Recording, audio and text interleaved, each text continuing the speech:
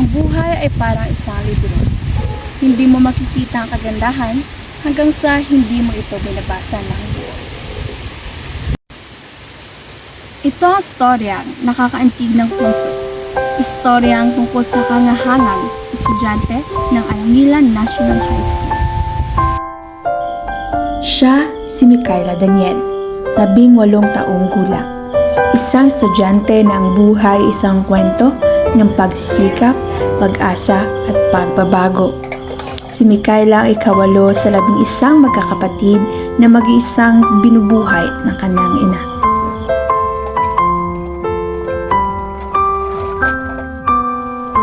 Sila ay nakatira sa isang maliblib at malayong lugar na kung saan ay matatagpuan sa Sitio Masanglad. Pinakabalakan mo nga magpa-eskwelahan si Mika. Pagpabalon ko sa iya, galibok ang ulo ko kung ano ko sa magpabalon sa apat ka bilog. Kung masalangan ko sila, hasta mintras, makapatapos ko sila nga apat. Ano pala nga boy? Bulan kila, negosyo lang. Ano lang na inaano ko sa bilang ako.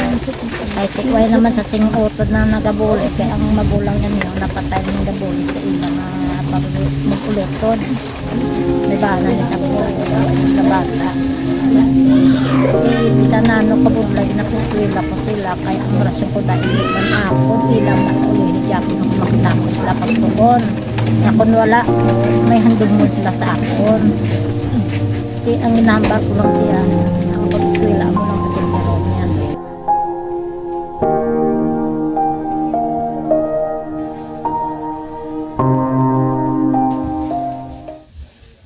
Ilan na kamo ka magutod?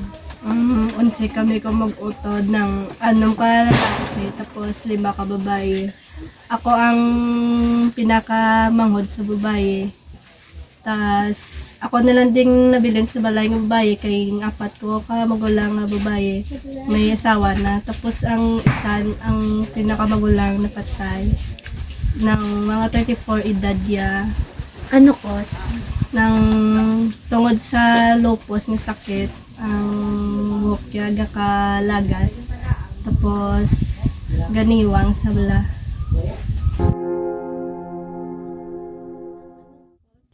Sa kabila ng pagsubok na dinaanan ng kanyang pamilya, sinisikap ni Mikay na makapagtapos ng pag-aaral. 5:00 ng madaling araw, oras na upang gumising si Micaela.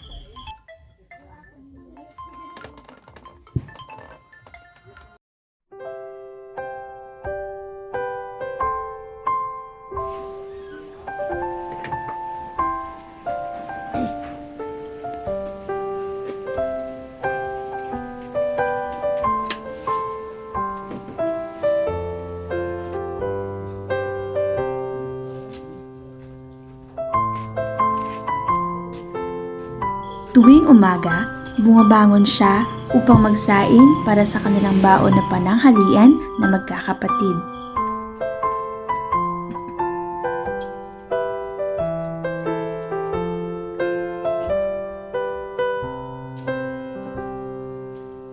Maagang naliligo at naghahanda si Micaela ng sarili.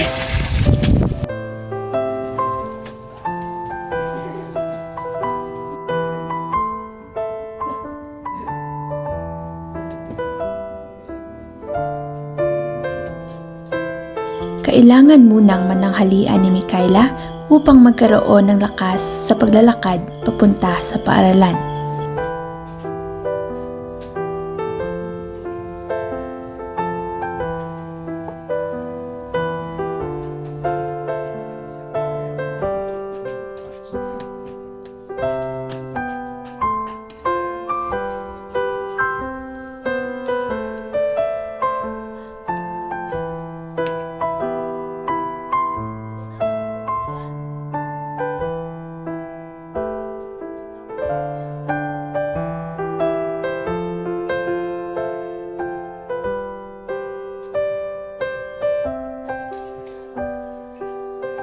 Sa panibagong araw, may panibagong pagsubok rin na lalakbayin si Micaela.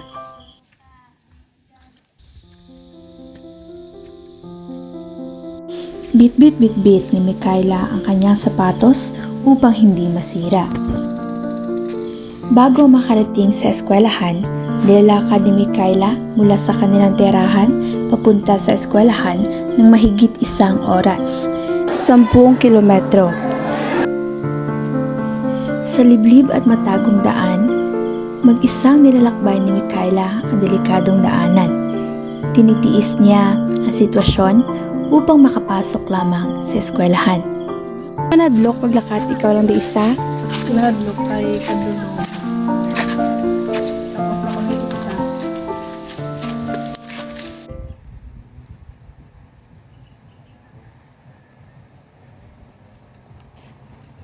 Sa mahigit 1 oras na paglalakad, narating na ni Mikaela ang paaralan ng Alangilan National High School.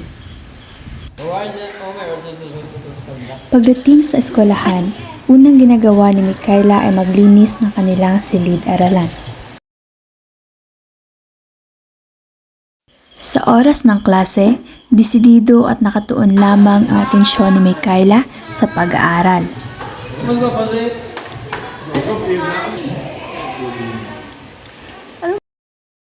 Bilang isang graduating student, nagsisikap na mabuti si Mikaela upang makakuha ng mga panibagong aral.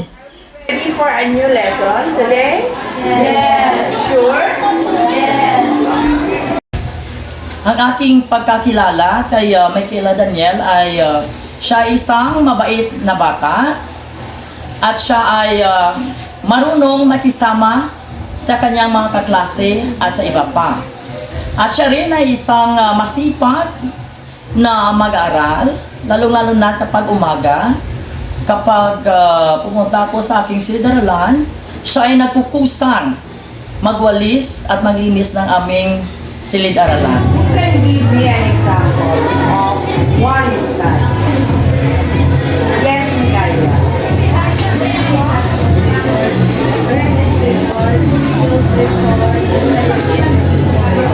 Okay. At masasabi ko rin na siya isang halimbawa na isang bata na may pangarap sa buhay at nagpupursige sa kabila ng layo ng kanyang bahay ay palagi siyang maagang pumupunta sa eskwelahan. Tuwing tanghali, sama-sama namang kumakain ng pananghalian si Mikaela at ang kanyang mga kaibigan.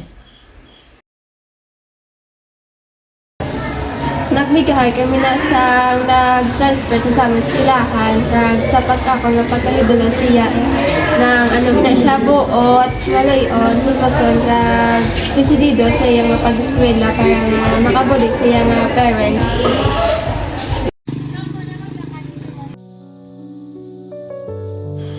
Nang matapos ang klase, mag-isa na namang nilakbay ni Mikaela mula sa kanilang paaralan patungo sa kanilang bahay.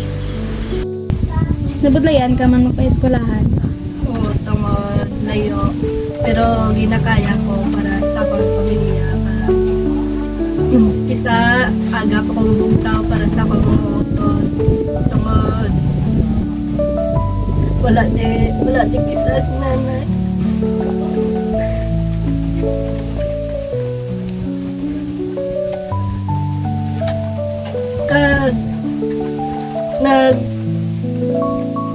Nag-promise dito sa ako nga maya sang nadula sang tapuson ko nga ako sa eskwela bisan ano ko budlay kag pati man sa akong magulang isa nga lakat ko nga wala balon kag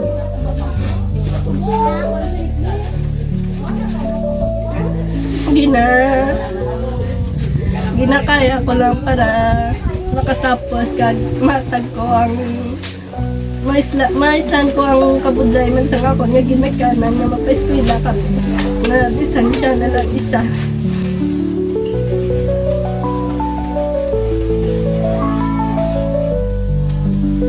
Di importante kung gaano karaming beses kang bumagsak. Nawalan man si Ate Regina at ang kanyang pamilya ng mga minamahal sa buhay, Ang mahalaga ay kung paano sila bumangon at nagpatuloy na lumaban sa buhay. Sa landas ng karunungan, bawat hakbang ay patungo sa tagumpay. Huwag mawala ng pag-asa. Bawat aral ay sandata sa laban ng buhay. Ito ang kwento ni Micaela.